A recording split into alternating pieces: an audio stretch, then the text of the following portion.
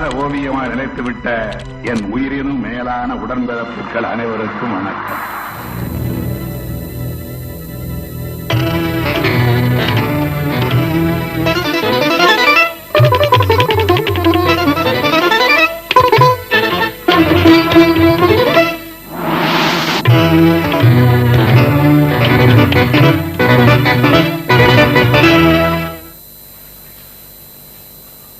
வணக்கம். தமிழகத்தில் உள்ள திராவிட முன்னேற்ற கழக அரசை கவிழ்ப்பது என்ற பேச்சே எழவில்லை என்று பிரதமர் திரு சந்திரசேகர் புதுடில்லியில் தெரிவித்தார். அப்படிப்பட்ட அச்சம் யாருக்கும் இருக்குமே, ஆனால் அதற்கு தான் பொறுப்பல்ல என்றும் செய்தியாளர்களிடம் பேசுகையில் அவர் கூறினார். மாநிலத்தின் கடலோர பகுதிகளில் எல்டிடியினரின் நடமாட்டம் பற்றி குறிப்பிட்ட திரு சந்திரசேகர் நிலைமையை சமாளிக்க வேண்டியது மாநில அரசின் பொறுப்பு என்று கூறினார்.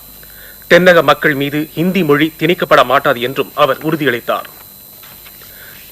இலங்கையின் வடபகுதியில் உள்ள மான்குளம் ராணுவ முகாமை எல்டிடிஇ போராளிகள் முற்றுகையிட்டு தாக்குதல் நடத்தியதில் 250க்கும் மேற்பட்ட ராணுவ வீரர்கள் உயிரிழந்திருக்கக்கூடும் என்று அந்நாட்டு பாதுகாப்புத்துறை அதிகாரிகள் தெரிவித்திருக்கிறார்கள். தமிழ்நாடு முதலமைச்சர் திரு மு கருணாநிதி ஆந்திர பிரதேச முதல்வர் திரு எம் சென்னாரெட்டியை சென்னை ராஜ்பவனில் இன்று சந்தித்து பேசினார்.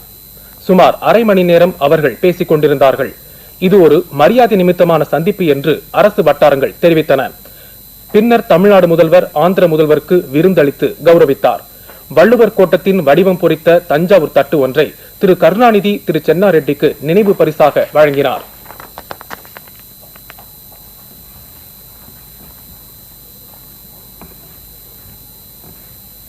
மத்திய எரிசக்தி மற்றும் விமான போக்குவரத்து அமைச்சர் திரு ஆரிஃப் முகமது கான் தமிழ்நாடு முதலமைச்சர் திரு மு கருணாநிதியை இன்று அவரது இல்லத்தில் மரியாதை நிமித்தம் சந்தித்து பேசினார். மத்திய நகர்ப்புற வளர்ச்சி அமைச்சர் திரு முரசொலி மாறனும் அப்போது உடனிருந்தார். இலங்கை வடகிழக்கு மாகாணம் திரிகோணமலை பகுதியில் கிண்ணியாய் என்ற இடத்தில் அமைதிப்படை வாகனம் ஒன்றை எல்டிடியினர் நேற்று மறைந்திருந்து தாக்கியதில் அமைதிப்படை வீரர்கள் 7 பேர் உயிரிழந்தார்கள். ராணுவத்தின் பொறியியல் பிரிவைச் சேர்ந்த ஒரு குழுவினர் திரிகோணமலையில் ஒரு கோவிலில் சீரமைப்பு வேலைகளை செய்துவிட்டு தங்கள் முகாமுக்கு திரும்பிக் கொண்டிருந்த போது எல்டிடியினர் சண்டை நிறுத்த ஏற்பாட்டை மீறி இந்த தாக்குதலை நடத்தியதாக அமைதிப்படை செய்திக்குறிப்பொன்று தெரிவிக்கிறது. அனைத்திந்திய அண்ணா திராவிட முன்னேற்ற கழகத்தின் முன்னாள் பொதுச் செயலாளரும் முன்னாள் அமைச்சருமான திரு பாவு சண்முகம் அனைத்திந்திய அண்ணா திராவிட முன்னேற்ற கழகத்திலிருந்து விலகி திராவிட முன்னேற்ற கழகத்தில் சேர்ந்திருக்கிறார். தமிழ்நாடு முதலமைச்சரும் திராவிட முன்னேற்ற கழக தலைவருமான திரு மு கருணாநிதி தலைமையில் இன்று திரு சண்முகம் திராவிட முன்னேற்ற கழகத்தில் சேர்ந்தார். ஜாதி மத இன வேற்றுமையின்றி பல்வேறு சமுதாயங்களுக்கு இடையே அமைதியையும் நல்லிணக்கத்தையும் பராமரிப்பதுதான் நமது நாட்டின் அடித்தளமாக விளங்குகிறது என்று முதலமைச்சர் திரு மு கருணாநிதி கூறியிருக்கிறார். டில்லி தொலைக்காட்சிக்கு அவர் அளித்த பேட்டியில் அரசியலில் இருந்தும் அரசின் இயக்கத்தில் இருந்தும் மதத்தை முற்றிலுமாக நீக்கி வைக்க வேண்டும் என்று கூறியிருக்கிறார்.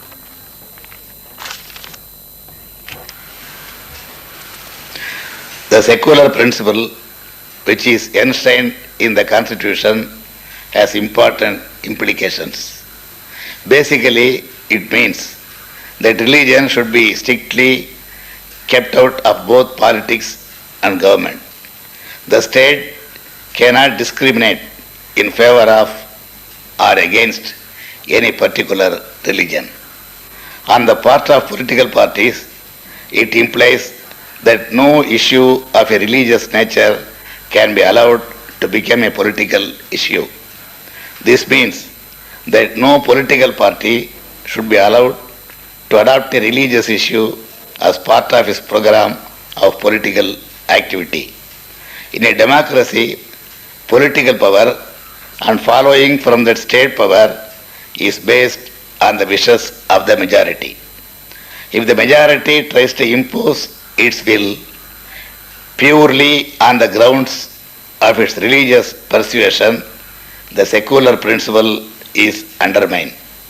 In such a circumstance, religious minorities cannot be assured of the religious freedoms. This is the centenary year of Dr. Ambedkar.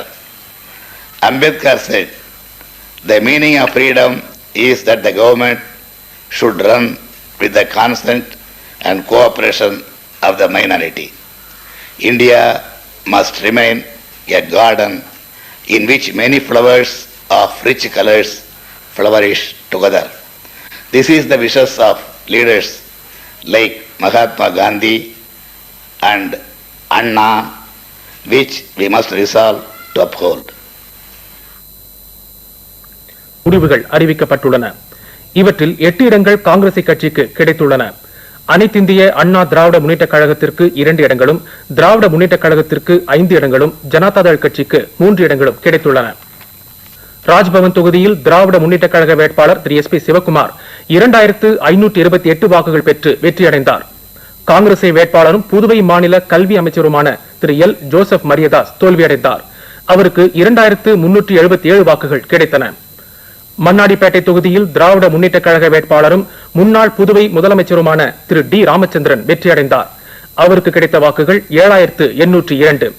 அவருக்கு அடுத்தபடியாக அதிக வாக்குகள் பெற்ற அனைத்திந்திய அண்ணா திராவிட முன்னேற்ற கழக வேட்பாளர் திரு R. சோமசுந்தரத்திற்கு 6210 வாக்குகள் கிடைத்தன. முத்தியால்பேட் தொகுதியில் திராவிட முன்னேற்ற கழக வேட்பாளர் திரு G. பழனிராஜா 10571 வாக்குகள் பெற்று வெற்றியடைந்தார். அவர் எதிர்த்து போட்டியிட்ட ஒரே வேட்பாளரான அனைத்திந்திய அண்ணா திராவிட முன்னேற்ற கழக வேட்பாளர் திரு R. கலியபெருமாள் என்ற பெருமாளுக்கு 8394 வாக்குகள் கிடைத்தன.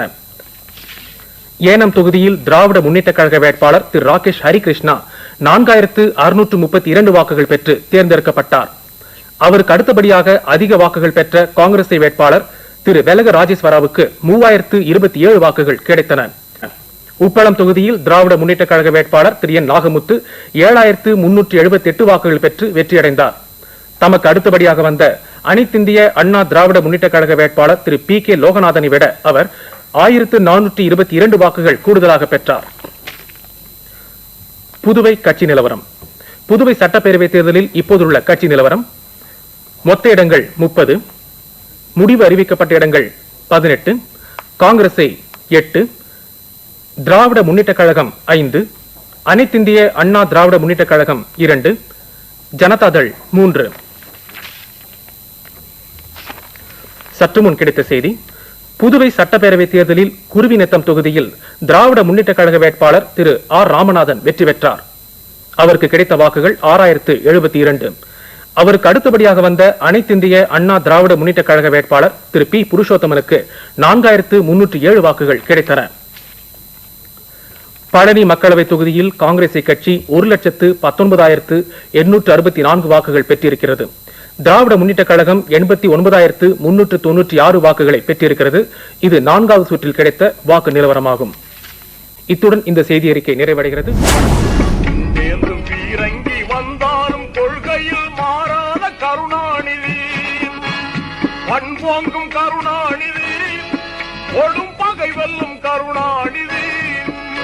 கண் போன்ற கருணாநிதி, திமுக கழகத்தின் கருணாநிதி, கண்ணான கருணாநிதி, நம் அண்ணாவின்